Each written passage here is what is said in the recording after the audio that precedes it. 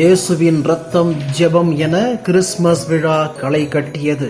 திருச்சியை கலக்கிய பிரம்மாண்ட கிறிஸ்துமஸ் தாத்தா ஊர்வலம். ஆயிரக்கணக்கான கிறிஸ்தவர்கள் பங்கேற்று இயேசு கிறிஸ்து வழிபாடு. திருச்சியில் கேக் வெட்டியும் ஊட்டி விட்டும் கிறிஸ்துமஸ் கொண்டாட்டம்.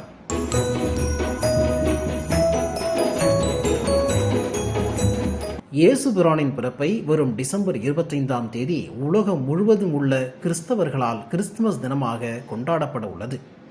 நாடு முழுவதும் உள்ள ரோமன் கத்தோலிக்கம், புரொட்டஸ்டன்ட் மற்றும் பிற சுயாதீன பிரிவுகளின் திருச்சபைகளில் கிறிஸ்துமஸ் விழாவை வரவேற்கும் விதமாக பல்வேறு நிகழ்வுகள் நடைபெற்று வருகின்றன.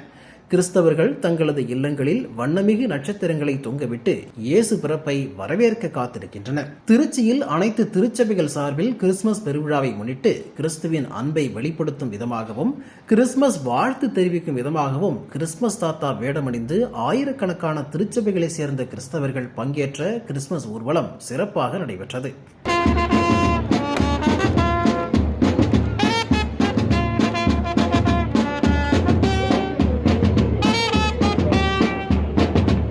கிறிஸ்துவுக்குள் அன்பானவர்களே, உங்கள் யாவருக்கும் இயேசுவின் நாமத்தினால் நாங்கள் வாழ்த்தலை தெரிவித்துக் கொள்கிறோம்.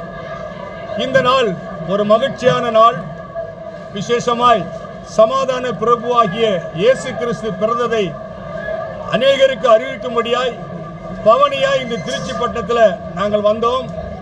இயேசு எதற்காக பிறந்தார், அவர் எப்படிப்பட்டவர், மகத்துவமுள்ளவர் என்று சொல்லி நாங்கள் வழிநடுகவும் அவருடைய அன்பை குறித்து நாங்கள் தெரிவித்துக் கொண்டு வந்தோம். அவரை குறித்ததான அன்பு வெளிப்படும்படியாய் நாங்கள் இந்த பேரணி நடத்துகிறோம்.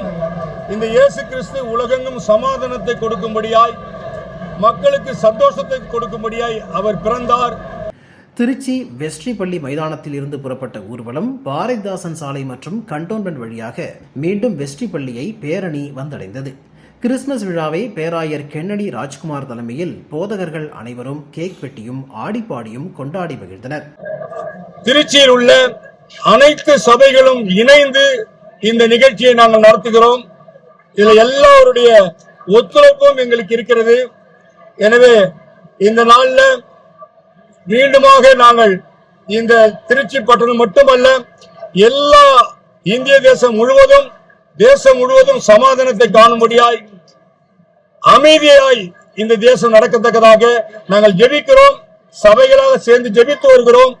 கர்த்தர் அப்படியாக நடத்துவார். இந்த கிறிஸ்துமஸ் நாள்ல எல்லா மக்களுக்கும் நாங்கள் கிறிஸ்துமஸ் வாழ்த்துக்களை நாங்கள் தெரிவித்துக் கொள்கிறோம்.